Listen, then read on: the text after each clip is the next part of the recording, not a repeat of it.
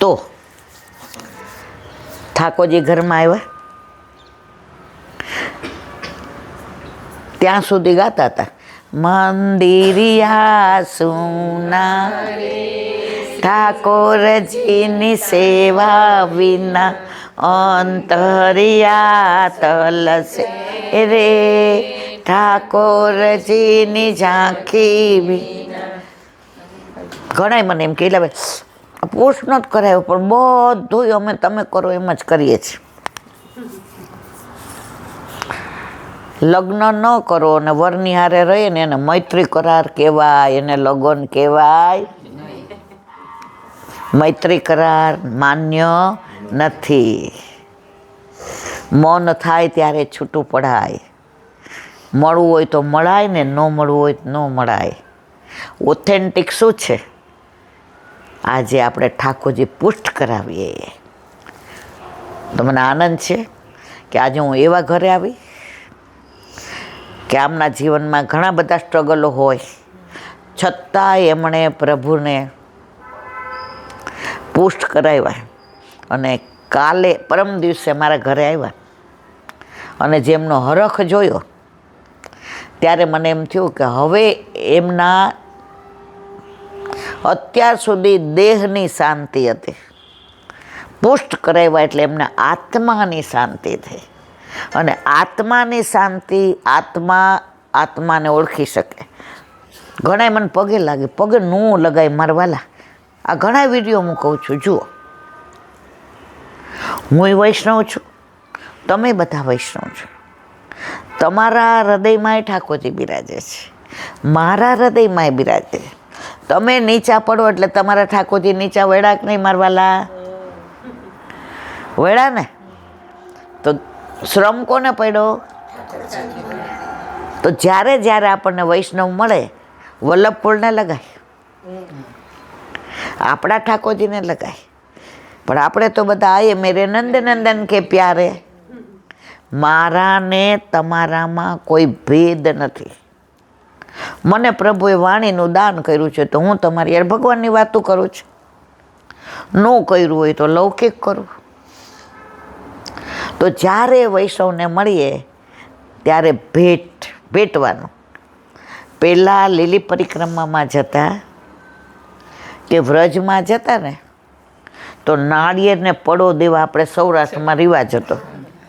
જે સૌરાષ્ટ્રનો હોય ને ખબર હતી. ગુજરાતનું મને ઓછું ગમે બધું. મને ત્યાં પ્રેમ બહુ ન લાગે. મને છે ને સૌરાષ્ટ્રમાં જ પ્રેમ લાગે. એટલે બિચારા બધાય પ્રેમાળ જ છે, પણ આપણી અંદર જે એક ઉમળકો છે ને એ હું ફીલ ન કરું. કાઠિયાવાડમાં જાઓ એટલે મને એવું લાગે. અમે સૌરાષ્ટ્રમાં બેઠક કરવા ગયા રાતના 2 વાગ્યા સુધી. ઓલા ગામડાના ખેડૂતો એમનો ટ્રેક્ટર ભરીને આવે. આનામાં તો હું ખોટું ના બોલું ને, મારી સાથે હતા એ બધા વૈષ્ણવને પૂછજો. એકવાર હું રાતના 1:45 વાગે સૂતી જૂનાગઢમાં, રાતના 1:45 વાગે. એટલે હું જેના ભેગી જાઉં ને એ ભાઈને મેં કીધું કે હવે કોઈ આવે ને તો મને ઉઠા, હવે મારા બોલવાની ત્રેવડ નથી, હવે શ્વાસ નથી લેવાતો, હવે હું બોલીને થાકી ગઈ છું, હવે મારે સૂઈ જવું છે. 2 વાગે આખું ટ્રેક્ટર ભરીને 50 જણા આવ્યા ગામડેથી ને. આ સનાતન સત્ય. એટલે એણે ભાઈને કહ્યું, મિલનભાઈ 5 મિનિટ ખાલી ઈલાબેનને કહ્યું ને અમને જય શ્રી કૃષ્ણ કરે. હવે મિલનભાઈને હું કહીને હોતી હતી, મારા મિસ્ટર તો કે એને ઉઠાડવી જ નથી, એ માંદી પડશે. એમણે બારણું ખોખડાવ્યું. હજી હું ગઈ હતી 1:45 વાગે, કપડાં બદલાવીએ, બ્રશ કરીએ, દવા પીએ, ઊંઘ આવે ત્યાં સુધી. એટલે 1:30 વાગે કદાચ મારી આંખ મીચાણી હશે. 2 વાગે મને પાછી મને કે ઈલાબેન અહીંથી જય શ્રી કૃષ્ણ કરો ને. હું આવીને આમ જય શ્રી કૃષ્ણ કરવા ગઈ તો ટ્રેક્ટરમાં બધા આમ કરીને રોતા હતા, ઈલાબેન બસ ઈલાબેન જય શ્રી કૃષ્ણ કરો. પછી હું બહાર ગઈ અને 3:45 સુધી અમે સત્સંગ કર્યો. કેટલા વાગ્યા સુધી? 3:45. પછી 3:45 ચા બનાવી અને એ બધા શું લઈ આવ્યા ખબર તમને? માંડવી. શેકેલી માંડવી અને ગોળ લઈ આવ્યા તમારા માટે. એ કે બેન બીજું તો બધું અમે તો દાળિયા છીએ, અમારું મેં કીધું આનાથી ઉત્તમ કયું હોય? તો મેં 4 વાગે ગોળને માંડવી ખાધા. એ તો પ્રેમ કી બાત હે ઉધો.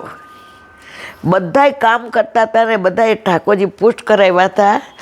તો મને એમણે વહાલ કરવું હતું, મને એમણે ભેટવું હતું. ઈલાબેન અમે યશોદામાં બની ગયા, અમે નંદબાવા બની ગયા. મેં તો મારે તો આખું ગોકુળ આવી ગયું. થાક ક્યાં વયો ગયો? આ ઘડી ઘડી મારે સામું જુએ. આમની આંખમાં પાણી હતા. પણ 4 વાગે સૂતીને 7:30 ઉઠી. ઠાકોરજી પધરાવીને જઈએ તે દિવસે ઠાકોરને અવેર થઈ. મારે કહેવાનો આશય એ છે, જે ખેતરમાં દાળિયા કરે છે, જેણે 8 વાગે મજૂરી કરવા જવાનું છે મારા વાલા, એ ઠાકોરજી પુષ્ટ કરાવે છે. તો આપણે તો આટલી બધી સગવડ છે. એ લોકોને તો પાણી બહારથી લાવવાનું, ઓલા દાળિયા મળે એમાંથી ને અનાજ લાવવાનું, અને છતાંય ઠાકોરજી પુષ્ટ કરાવે. તો આપણે તો બધા કેવા સદ્ધર છીએ. આ સદ્ધર કરવાવાળો કોણ છે? હે, આ તબિયત આવી સરસ રાખવાવાળો કોણ છે? તમે મારા ફેમિલી ડૉક્ટરને પૂછ્યા હોય, એ આપણે એમ જ કહે હવે ઈલાબેને ક્યાંય નહીં જવાનું સત્સંગ કરવા. હું કહું હા, જેને વિઠ્ઠલનાથ વિચારે રે એને પ્રગટ પદાર્થ ચારે રે. આખી દુનિયાનો બાપનો બાપ ડૉક્ટર મારે ત્યાં બેઠો છે. દુનિયાની કઈ તાકાત મારું કાંઈ બગાડી લેવાની છે? તમને લાગે છે મને કાંઈ તકલીફ છે? તમારા કરતાં હું સ્વસ્થ લાગુ છું ને? કોનો પ્રભાવ છે? મારા ઘરે મારા માથે બિરાજતા મારા ઠાકોરજીનો. ઘરમાં પ્રભુ પધારે પછી એવો પ્રભાવ હોય છે, જીવનમાંથી અભાવ જતો રહે છે અને સ્વભાવ સુધરી જાય છે. સુધરી જાય એટલે શું? યમનાષ્ટક બોલો છો બધા એમ? છેલ્લે શું બોલીએ? સ્વભાવ. ને પહેલાં શું આવે છે? મુકુંદ રતિ વર્ધને. મુકુંદ ભગવાન જે કાશીમાં અત્યારે છે, મુકુંદ એટલે જે મુક્તિ આપે તે. એમનો સ્વભાવ મુક્તિ આપવાનો. હવે વલ્લભ પાસે એ ઠાકોરજી બિરાજે. ગોવિંદ ઘાટ ઉપર પહેલી સ્તુતિ વલ્લભે કઈ ગાય? યમનાષ્ટક. એમાં કયા ભગવાનનું નામ લીધું? મુકુંદ ભગવાનનું. બસ હવે નહીં જોઈએ, થોડીક વાર. હવે મુકુંદ ભગવાનનું. તો યમુનાજીમાં એટલું સામર્થ્ય છે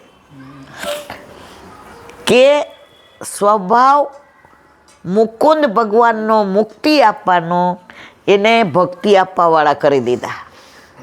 પુષ્ટિમાં આવે એ ભક્તિ જ આપે, એ મુક્તિ નું આપે. અમે તો રાજના ખાસા ખવાસ, અમે રાબડી થકી નવરી છીએ, ચોખ્ખા ઘીના ખવૈયા છીએ મારા વાલા. આપણે તો ખરું કે ખોટું? તો જો યમુનાજી મુકુંદ ભગવાનનો સ્વભાવ સુધારીને મુક્તિમાંથી ભક્તિ આપતા હોય તો મારો ને તમારો સ્વભાવ નહીં સુધારે? ક્યારે સુધારે? જ્યારે આપણને ઠાકોરજી પુષ્ટ કરાવવાનું મન થાય. અને રોજ ઘણા બધા પુષ્ટ કરાવે છે, એવરી ડે. ભય જતો રહ્યો છે.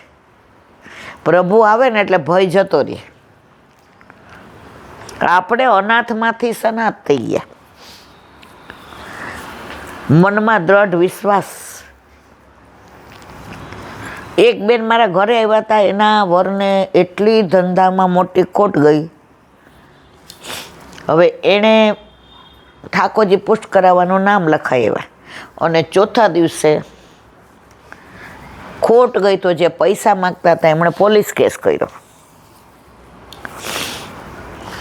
પોલીસ ઘરે આવી એટલે બધાએ કહ્યું એમને કે જો હજી તો પુષ્ટ નથી કરાવ્યા, ત્યાં આવું છે, પુષ્ટ કરાવાય નહીં. એ બેનની દ્રઢતા જુઓ.